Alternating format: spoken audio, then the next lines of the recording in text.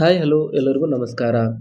ಸ್ನೇಹಿತರೆ, ಇವತ್ತಿನ ಒಂದು ವಿಡಿಯೋದಲ್ಲಿ ಸರ್ಕಾರಿ ನೌಕರರಿಗೆ ಒಂದು ಇಂಪಾರ್ಟೆಂಟ್ ಆಗಿರುವಂಥ ಅಪ್ಡೇಟ್ ಬರ್ತಾ ಇರುವಂಥದ್ದು.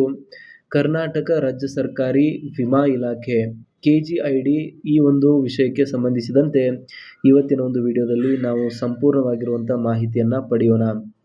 ಹಾಗಾದರೆ ಕರ್ನಾಟಕ ರಾಜ್ಯ ಸರ್ಕಾರಿ ವಿಮಾ ಇಲಾಖೆ KGID ಅಂದರೆ ಏನು, ಇದರಿಂದ ಸರ್ಕಾರಿ ನೌಕರರಿಗೆ ಯಾವ ರೀತಿಯಾದಂಥ ಲಾಭ ಆಗುತ್ತದೆ, ಯಾಕೆ ಸರ್ಕಾರಿ ನೌಕರರಿಗಾಗಿ ಈ ಒಂದು ಯೋಜನೆಯನ್ನು ಪರಿಚಯಿಸಲಾಯಿತು, ಇದರ ಹಿಂದೆ ಇರುವಂಥ ಉದ್ದೇಶ ಏನು, ಎಲ್ಲ ಒಂದು ವಿಷಯಗಳಿಗೆ ಸಂಬಂಧಿಸಿದಂತೆ ಪ್ರತಿಯೊಬ್ಬ ಸರ್ಕಾರಿ ನೌಕರರು ಕೂಡ KGID ಪಾಲಿಸಿಯನ್ನು ಮಾಡಿಸಲಾಗುತ್ತೆ. ಇದು ಕಂಪಲ್ಸರಿ ಆಗಿರುವಂಥದ್ದು.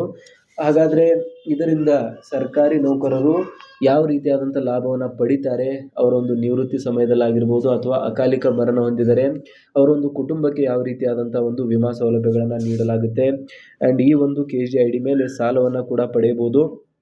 ನಮ್ಮೊಂದು ಹಿಂದಿನ ವಿಡಿಯೋದಲ್ಲಿ KGID ಸಾಲದ ಬಗ್ಗೆ ಡೀಟೇಲ್ ಆಗಿರುವಂಥ ಒಂದು ಡಿಸ್ಕಷನ್ನ ಕೂಡ ಮಾಡಿದ್ದೇವೆ. ಇಲ್ಲಿ ನೋಡ್ತಾ ಇರುವಂಥದ್ದು KGID ಸಾಲದ ನಿಯಮಾವಳಿಗಳು, KGID ಸಾಲ ಅಂದ್ರೇನು, ಅರ್ಹತೆ ಯಾವ ರೀತಿಯಾಗಿರುತ್ತೆ, ಸಾಲದ ಮೊತ್ತ ಎಷ್ಟು, ಇಂಟ್ರೆಸ್ಟ್ ರೇಟ್ ಎಷ್ಟಿರುತ್ತೆ, ಅರ್ಜಿ ಸಲ್ಲಿಸುವ ವಿಧಾನ, ಮರುಪಾವತಿ ಯಾವ ರೀತಿಯಾಗಿ, ಎಲ್ಲವನ್ನು ಕೂಡ ನಾವು ಲಾಸ್ಟ್ ವಿಡಿಯೋದಲ್ಲಿ ಡಿಸ್ಕಸ್ ಮಾಡಿದ್ದೇವೆ. ಆ ಒಂದು ವಿಡಿಯೋನ ಇನ್ನೂ ಕೂಡ ನೀವು ನೋಡಿಲ್ಲ ಅಂದರೆ ದಯವಿಟ್ಟು ಚೆಕ್ಔಟ್ ಮಾಡ್ಕೊಳ್ಳಿ. ಸರ್ಕಾರಿ ನೌಕರರಿಗೆ ಮತ್ತು ಪಿಂಚಣಿದಾರರಿಗೆ ಉಪಯುಕ್ತವಾಗಿರುವಂಥ ಮಾಹಿತಿಯನ್ನು ನಾವು ಡೇ ಟು ಡೇ ಕೊಡ್ತಾ ಇರ್ತೇವೆ.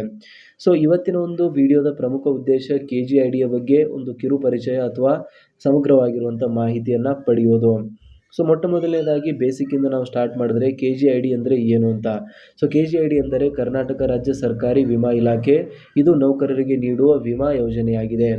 ಫಾರ್ ಎಕ್ಸಾಂಪಲ್ ಯಾವ ರೀತಿ LIC ಒಂದು ವಿಮಾ ಯೋಜನೆ ಆಗಿದೆ, ಅದೇ ರೀತಿಯಾಗಿ KGID ಅನ್ನೋದು ಕೂಡ ಕರ್ನಾಟಕ ಸರ್ಕಾರದ ಕಡೆಯಿಂದ ಕೊಡುವಂಥ ಒಂದು ವಿಮಾ ಯೋಜನೆ ಆಗಿದೆ. ಉದ್ದೇಶಗಳೇನಿದೆ, ಅದರ ಒಂದು ಅಬ್ಜೆಕ್ಟಿವ್ಸ್ಗಳೇನಿದೆ ಅಂತ ನಾವು ನೋಡೋದಾದರೆ, ಉದ್ದೇಶಗಳಲ್ಲಿ ಮೊಟ್ಟ ಮೊದಲನೇದಾಗಿ ಸಾಮಾಜಿಕ ಭದ್ರತೆ, ನೌಕರರಿಗೆ ಮತ್ತು ಅವರ ಅವಲಂಬಿತರಿಗೆ ಜೀವ ವಿಮಾ ರಕ್ಷಣೆ ನೀಡುವಂಥದ್ದು ಮೊಟ್ಟ ಮೊದಲನೇ ಒಂದು ಉದ್ದೇಶ ಆಗಿದೆ. ಕಡ್ಡಾಯ ವಿಮೆ, ಪ್ರತಿ ಸರ್ಕಾರಿ ನೌಕರರು ಕಡ್ಡಾಯವಾಗಿ ವಿಮೆ ಪಾಲಿಸಿ ಹೊಂದಿರಲೇಬೇಕು. ಇದರಲ್ಲಿ ಯಾವುದೇ ರೀತಿಯಾದಂಥ ಆಪ್ಷನ್ ಇರೋದಿಲ್ಲ, ದಟ್ ಈಸ್ ಕಂಪಲ್ಸರಿ. ಆರ್ಥಿಕ ನೆರವು, ಕಡಿಮೆ ಪ್ರೀಮಿಯಂದಲ್ಲಿ ಹೆಚ್ಚಿನ ಒಂದು ವಿಮಾ ಮೊತ್ತವನ್ನು ನೀಡುವಂಥ ಪ್ರಕ್ರಿಯೆ ಈ ಒಂದು KGID ಮುಖಾಂತರ ನಡೆಯುತ್ತದೆ. ಹಾಗಾಗಿ ಸರ್ಕಾರಿ ನೌಕರರಿಗೆ KGID ಅನ್ನೋದು ತುಂಬ ಇಂಪಾರ್ಟೆಂಟ್ ಆಗಿರುವಂಥ ಒಂದು ವಿಮಾ ಪಾಲಿಸಿ ಆಗುತ್ತೆ. ಕಡಿಮೆ ಪ್ರೀಮಿಯಮನ್ನು ಪೇ ಮಾಡಿ ಹೆಚ್ಚಿನ ಒಂದು ಕ್ಲೇಮನ್ನು ಅನಾಹುತಗಳು ಆಗಿರುವಂಥ ಒಂದು ಟೈಮಲ್ಲಿ ಪಡೆಯೋದಕ್ಕೆ KGID ಹೆಲ್ಪ್ ಮಾಡುತ್ತೆ. ಆದ್ದರಿಂದ ಕರ್ನಾಟಕ ಸರ್ಕಾರ ಇದನ್ನು ಕಂಪಲ್ಸರಿಯಾಗಿ ಮಾಡಬೇಕು ಅಂತ ಎಲ್ಲರಿಗೂ ಕೂಡ ಸಜೆಸ್ಟ್ ಮಾಡುತ್ತೆ ಮತ್ತು ಇದು ಕಂಪಲ್ಸರಿ ಇದೆ. ಸರ್ಕಾರದಲ್ಲಿ ಸೇವೆಯನ್ನು ಕಾಯಮಾಗಿ ಪಡೆದಿರುವ ಎಲ್ಲ ನೌಕರರು ಇದಕ್ಕೆ ಅರ್ಹರಾಗಿರುತ್ತಾರೆ. ಅಂದರೆ ಸ್ಥಿರ ನೌಕರರು ಮಾತ್ರ ಇದಕ್ಕೆ ಅರ್ಹರಾಗಿರುತ್ತಾರೆ. ಪ್ರೊಬೇಷನರಿ ಅವಧಿ ಮುಗಿದ ತಕ್ಷಣ ವಿಮೆಯನ್ನು ಪ್ರಾರಂಭಿಸುವುದು ಕಡ್ಡಾಯ. ಪ್ರೊಬೇಷನರಿ ಅವಧಿ ಏನಿದೆ ಅದು ಮುಗಿದ ತಕ್ಷಣ ಈ ಒಂದು ವಿಮೆಯನ್ನು ಪಾಲಿಸಬೇಕಾಗಿರುವಂಥದ್ದು ಅಥವಾ ಮಾಡಬೇಕಾಗಿರುವಂಥದ್ದು ಕಡ್ಡಾಯವಾಗಿರುತ್ತೆ. ವಿಮಾ ಪಾಲಿಸಿಯ ವಿಧಗಳು ಏನಿದೆ ಅಂತ ನಾವು ನೋಡೋದಾದರೆ, ವಿಮಾ ಪಾಲಿಸಿಯ ವಿಧಗಳಲ್ಲಿ ಎಂಡೋಮೆಂಟ್ ಪಾಲಿಸಿ ಅಂದರೆ ನಿರ್ದಿಷ್ಟ ಅವಧಿಯ ನಂತರ ಅಥವಾ ಸಾವಿನ ಸಂದರ್ಭದಲ್ಲಿ ಹಣ ಲಭ್ಯ ಇರುವಂಥದ್ದು, ಅದನ್ನು ನಾವು ಎಂಡೋಮೆಂಟ್ ಪಾಲಿಸಿ ಅಂತ ಕರಿತೀವಿ. ಇದಾದಮೇಲೆ ಹೋಲ್ ಲೈಫ್ ಅಂತ ಇರುತ್ತೆ, ಮರಣದ ನಂತರವೇ ನಾಮಿನಿಗೆ ಹಣ ದೊರೆಯುತ್ತದೆ, ಇದನ್ನು ಹೋಲ್ ಲೈಫ್ ಪಾಲಿಸಿ ಅಂತ ಕರಿತೀವಿ.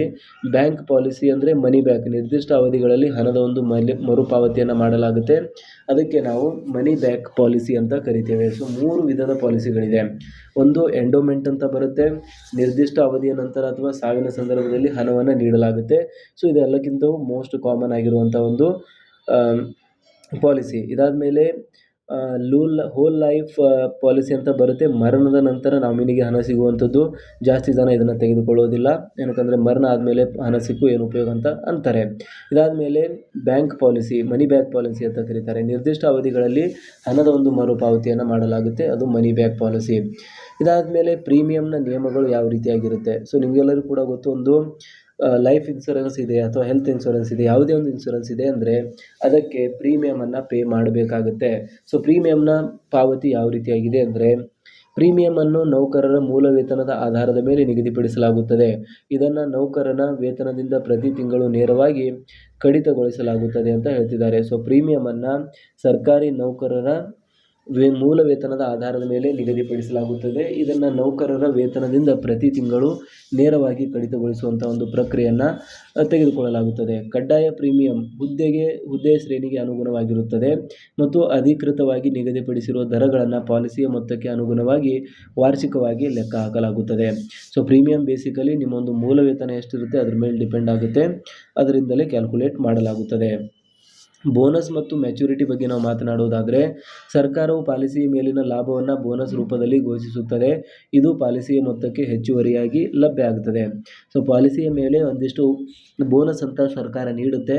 ಸೊ ಆ ಒಂದು ಬೋನಸ್ ಪ್ರಾಫಿಟ್ ರೂಪದಲ್ಲಿ ಸರ್ಕಾರಿ ನೌಕರಿಗೆ ಸಿಗುವಂಥದ್ದು.